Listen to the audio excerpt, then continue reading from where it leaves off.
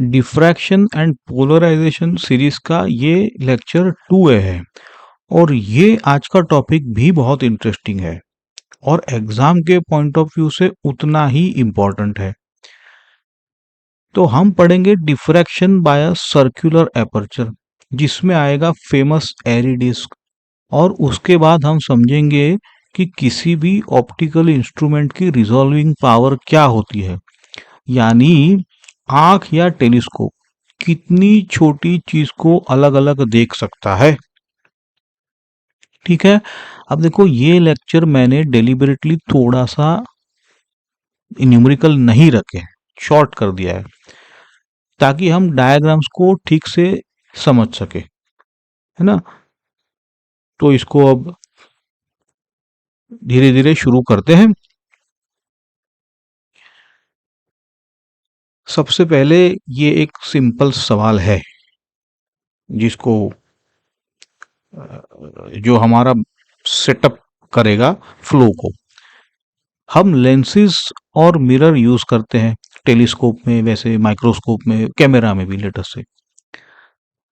इनका डिजाइन हम करते हैं ज्योमेट्रिकल ऑप्टिक्स के लॉ से, ठीक है।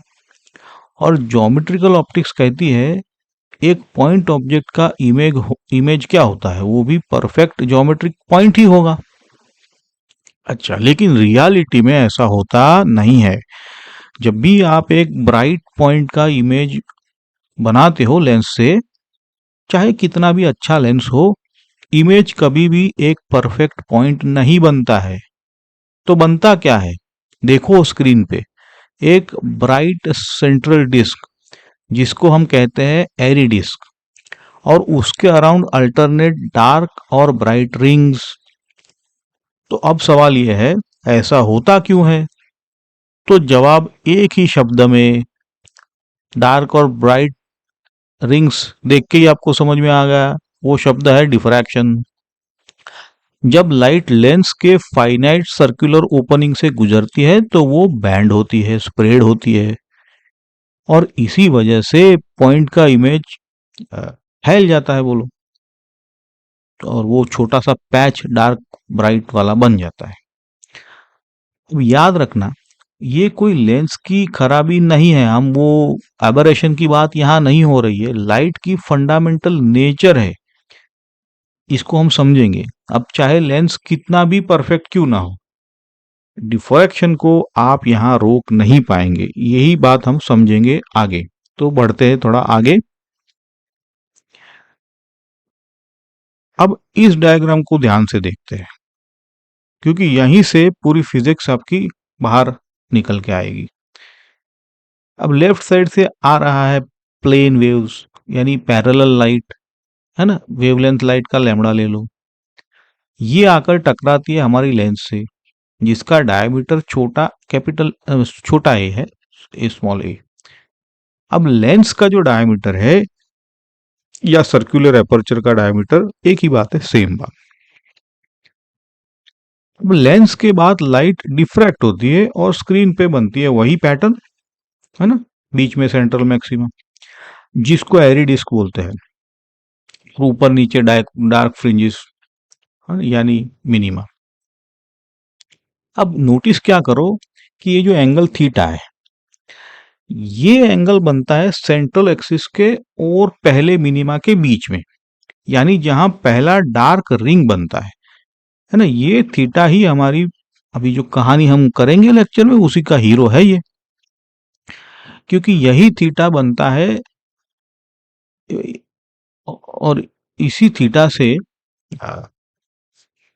हम पता कर सकते हैं कि लाइट कितनी स्प्रेड हुई है, समझे। अगर थीटा छोटा तो इमेज भी शार्प बोल सकते हैं, हम फोकस्ड बोल सकते हैं।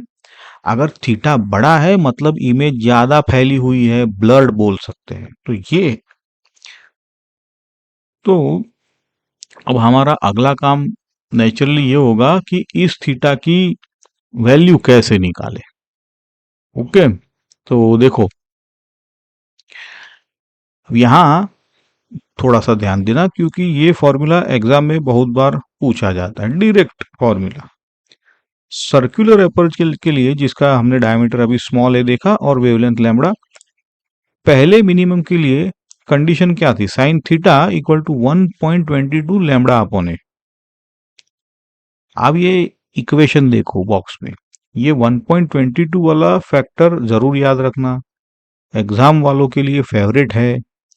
अब क्योंकि ये थीटा यूजुअली बहुत छोटा होता है तो हम अप्रोक्सीमेशन यूज कर सकते हैं, साइन थीटा लगभग थीटा के बराबर, तो फॉर्मूला सिंपल हो जाता है, theta equal to 1.22 lambda upon A, ये हम करते आए। और ये थीटा क्या रिप्रेजेंट करता है, ये है angular radius of the Airy disc, यानी सेंट्रल ब्राइट जो डिस्क है वो कितना चौड़ा है ना, ये एंगल के टर्म्स में है। अब यहां पे एक इंपॉर्टेंट सवाल है, ये 1.22 कहां से आया। अब देखो ध्यान से, ये नंबर आता है सिर्फ और सिर्फ ज्योमेट्री, जो अपर्चर का सर्कुलर शेप है ना उसकी वजह से। अगर शेप सर्कुलर है तो 1.22 आएगा, कहां से आएगा, it is at this stage beyond your scope and syllabus. ये इक्वेशन वैसे बनते हैं जब आप कोऑर्डिनेट ट्रांसफॉर्मेशन करते हो तो निकल है ना। टेक्निकली ये एक बेसल फंक्शन से पहले जीरो से निकलता है, पर अब जेई के लिए इतना याद रखना काफी है कि सर्कुलर अपर्चर के 1.22 लगता है, ठीक है। चलो अब देखो, अब क्या करते हैं हम, यहाँ पे कंपैरिजन दिया है ताकि ये 1.22 वाली बात आपको क्लियर हो जाए। पिछले लेक्चर में हमने तो सिंगल स्लिट अच्छी तरह से पढ़ा था। सिंगल स्लिट के लिए जिसकी विड्थ स्मॉल ए थी, पहले मिनिमम की कंडीशन हमने अच्छी तरह से समझ के, sine theta equal to lambda upon A, और अगर सर्कुलर एपर्चर है तो अब इसका डेरिवेशन हम नहीं करेंगे जैसे कहा सिलेबस, तो ये होता है 1.22 लैम्बडा अपॉन ए। अब दोनों फॉर्मूला साइड बाय साइड देखो, डिफरेंस क्या है, सिर्फ एक number 1.22। Single slit straight fringe देता है एक लाइन में, सर्कुलर अपर्चर सर्कुलर रिंग देता है ना, सिर्फ शेप बदला है स्लिट से सर्कल, और इसी वजह से ये फैक्टर 1.22 आ गया। बाकी पूरी फिजिक्स बिल्कुल सेम है और इक्वेशन वैसा थोड़ा अलग है, इसलिए वो 1.22 निकल के आया। तो यहाँ एक लाइन याद रख लो, स्लिट में अगर 1 रखो तो सर्कल में 1.22, बस फॉर्मूला गड़बड़ आपका नहीं हो सकता यहाँ पे, ठीक है। अब यहाँ पे हम लेक्चर के दूसरे मेन आइडिया पे आते हैं, रिजॉल्विंग पावर। सोचो कि आकाश में दो स्टार्स है एक दूसरे के बहुत पास, या तो फिर माइक्रोस्कोप ले लो, उसमें दो बहुत छोटी चीजें पास पास रखी है। सवाल यह है, क्या हम उनको दो अलग चीजें देख पाएंगे या वो एक ही ब्लॉब की तरह दिखेगी। समझे आप, अब इसको थोड़ा समझते हैं, पहले तो यहां से शुरू करते हैं। दो इंपॉर्टेंट डेफिनेशन है, पहले दोनों याद करने हैं। पहला है लिमिट ऑफ रिजोल्यूशन, ये वो सबसे छोटी सेपरेशन है ना, लीनियर या एंगुलर बाद में, जिस पे दो पॉइंट्स हम बिल्कुल अलग अलग देख सके, बस उससे ज्यादा पास ले आओ तो वो मर्ज हो जाएंगे, हमें कुछ नहीं, मतलब दो ऑब्जेक्ट नहीं दिखेंगे। दूसरा है रिजोल्विंग पावर, ये है इंस्ट्रूमेंट की एबिलिटी कि वो दो पास पास वाले पॉइंट को अलग देख सके। तो फॉर्मूला देखो कैसे है, दोनों का एक ही formula, resolving power is equal to 1 upon limit of resolution. देखा, तो यहां एक बहुत इंपॉर्टेंट रिलेशन है, ध्यान से, लिमिट ऑफ रिजोल्यूशन जितनी छोटी, रिजोल्विंग पावर उतना ज्यादा, और इंस्ट्रूमेंट उतना ही अच्छा, उतनी ही फाइन डिटेल को वो कैप्चर कर सकता है, दिखा सकता है। इसको उल्टा मत समझ लेना एग्जाम में और गड़बड़ नहीं करना। छोटा लिमिट मतलब अच्छी रिजोल्विंग पावर, ये आप याद रखो, बस इतना याद रखो, काम हो जाएगा। अच्छा, अब आगे देखो, अगर ये समझ जाए तो नेचुरल अब सवाल उठता है कि ये डिसाइड कौन करेगा कि दो पॉइंट्स जस्ट रिजॉल्व है या नहीं। इसके लिए हमारे पास है रालेस क्राइटेरियन। इस डायग्राम को देखो, यहाँ तीन सिचुएशन है, हर सिचुएशन में जो दो कर्व्स हैं अलग अलग पैटर्न्स की, और ये रिजल्टेंट कर्व भी है ना, थोड़ा सा बोल्ड है वो। अ, यानी जो रिजल्टेंट है वो आंख को एक्चुअल में दिखता है, समझा। तो पहला केस बोल दो अनरिजॉल्व, दोनों स्टार इतने पास है कि उनके पैटर्न्स पूरी तरह से ओवरलैप कर गए हैं, तो रिजल्टेंट में हमें एक सिंगल जैसा एक शेप दिखता है, आंख को लगता है बस एक ही चीज है ना, दो दिखता ही नहीं उसको। दूसरा है जस्ट रिजॉल्व, स्टार्स थोड़े दूर है। अब जो रिजल्टेंट कर्व है ना, इसके टॉप पे एक हल्का सा देखो डिप आया है, छोटा सा गड्ढा आया है ना, ये गड्ढा अब बनने लगता है जब रिजॉल्विंग होता है तब। तो यही डीप सिग्नल देता है भाई, ये एक नहीं अब दो चीजें हैं। जैसे जैसे डीप आपको दिखने लगे तो समझो कि ये कोई चीज दो चीजों से बन रही है, समझे। तीसरा है वेल रिजॉल्व, स्टार्स काफी दूर है, अब दो अलग अलग क्लियर पिक्स दिख रहे हैं, तो हम समझ ही सकते हैं आंख में, और बीच में क्लैरिटी के साथ दो अलग है, डीप बड़ी है, कोई कंफ्यूजन नहीं, साफ दो चीजें हैं। तो नोटिस करो जैसे जैसे सोर्सेस दूर होते हैं, बीच में जो गड्ढा है वो गहरा होता जाता है, और यही डीप आंख को चीजें अलग अलग देखने में मदद करता है। डीप है तो आंख समझती है अच्छा, ऐसा। अब देखो ये रालेस क्राइटेरियन तो हो गया, लेकिन इसको ठीक से लिखते हैं, है ना। अब ये डेफिनेशन है, एग्जाम में वर्ड टू वर्ड आता है। रालेस क्राइटेरिया क्या कहती है, दो इमेजेस तब जब जस्ट रिजॉल्व बोलते हैं या मानी जाती है जब एक पैटर्न का सेंट्रल मैक्सिमा दूसरे पैटर्न के फर्स्ट मिनिमा पे एग्जैक्टली आ जाए। देखो ग्राफ देखो, तो पीक वन और पीक टू, पीक वन का जो मैक्सिमा है बिल्कुल पीक टू के फर्स्ट मिनिमा पे बैठा है, और जब हम दोनों का रिजल्टेंट बनाते हैं तो ये वाला जो पीला वाला कर्व है टॉप पर, ये क्लियर डिप्रेशन दिखाता है, नीचे गिर रहा है, दिख रहा है। यही डिप्रेशन या गड्ढा या डीप प्रूफ है कि दो ऑब्जेक्ट्स है, एक नहीं। टेलीस्कोप से जब आप देखोगे तो ये डीप दिखेगा, और तभी आप कह सकते हो कि दो अलग स्टार्स हैं। और ये सेपरेशन डायरेक्टली जुड़ी हुई हमारे ना पुराने फॉर्मूला से, जो 1.22 वाला था वो लैम्बडा अपॉन ए।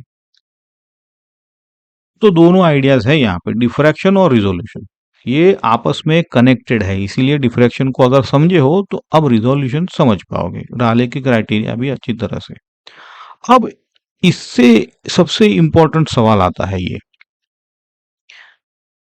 है ना, और ये डाउट रहता है, और नेचुरल क्वेश्चन भी स्टूडेंट्सों को आता है, इसलिए ये क्लियर कर लेते हैं। अच्छा कॉन्सेप्चुअल एग्जाम क्वेश्चन भी यहीं से बनता है।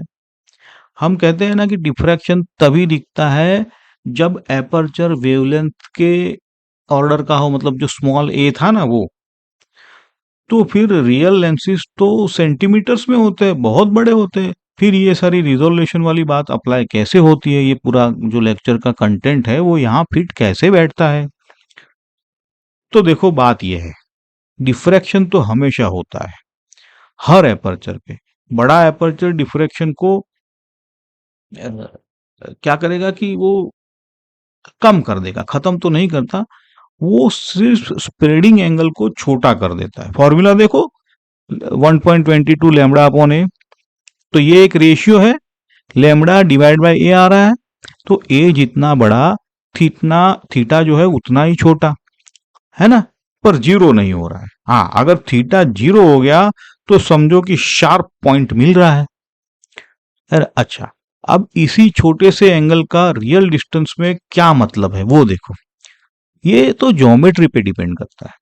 दो बिल्कुल अलग केसेस बनाते हैं। पहला टेलीस्कोप देखो, स्टार बहुत दूर है, डिस्टेंस डी जो है कैपिटल बहुत ज्यादा है, यहाँ स्मॉलेस्ट रिजॉल्वेबल सेपरेशन जिसको कहेंगे वो स्मॉल एस, एस मिनिमम।